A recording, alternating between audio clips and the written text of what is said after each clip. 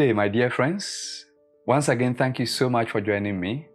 As usual, this is Dr. Josiah Ando, your love and life consultant. And today, I want us to discuss another very important subject. As usual, I just want us to learn something. The question that you would often get from married people when they are having challenges is, should I consider divorce? Would it be okay for me to walk out of this marriage? Or should I stay in it? And the answer I want to present to you today is simple. Anytime you are considering whether to stay or walk out of marriage, you should look at the implications of either decision that you are taking. There are always two decisions. It is either you are deciding to stay in the marriage or you are deciding to walk out of the marriage, and that is divorce. Whichever way you go, there are implications that affect your life and they affect the lives of others. In case you decide to stay in a marriage that simply isn't working, a marriage in which you are not satisfied with the character of your spouse, your husband has started a habit that you are not comfortable with, your wife has gone back to a habit that she used to do before she stopped and now she's back to it. And you just can't help it. You simply want to go. In case you decide to stay, the implications are that, number one, you would have satisfied yourself of remaining faithful to the marriage vow, in which you said you are staying in the marriage for better and for worse. You would have been faithful and you would have satisfied yourself that way. But the other implications are that you would also have to suffer whatever problem it is. In other words, you are simply saying, no matter what it is, though I find it uncomfortable, though I do not like it, I still have to stay in it, and I am ready to accept the person for who he is. I'm ready to accept my wife for who she is. Though I am finding it uncomfortable, I am still ready to accept. And that is really difficult. That means another implication, you would have to readjust your attitude. You would have to reassess yourself and adjust your attitude toward that which is disgusting to you. You may have to start liking what you disliked. And that is really hard to do, though possible. Therefore, because of this difficulty, some people decide to go the second way, to walk out. If you decide to walk out, if you decide to get a divorce, it also comes with its own implications. The major advantage is that you would have walked out of the problem you are facing in the marriage. But it doesn't end there. What it implies is that you have been unfaithful to the marriage vow. You have made a vow before God and a number of people that you are staying in this marriage for better and for worse, for richer and for poorer, in sickness and in health, till death do us part.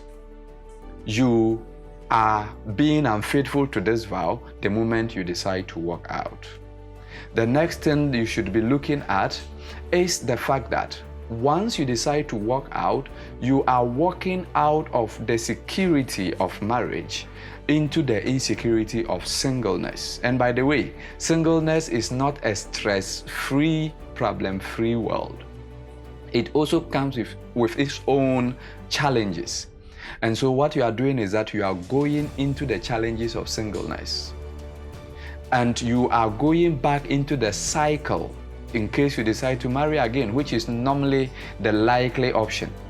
You are going back to the cycle of looking for a partner, dating, courting, deciding to commit, and then eventually committing in marriage. And so this cycle could have been avoided if you decide to go over with your spouse, with your husband, or with your wife.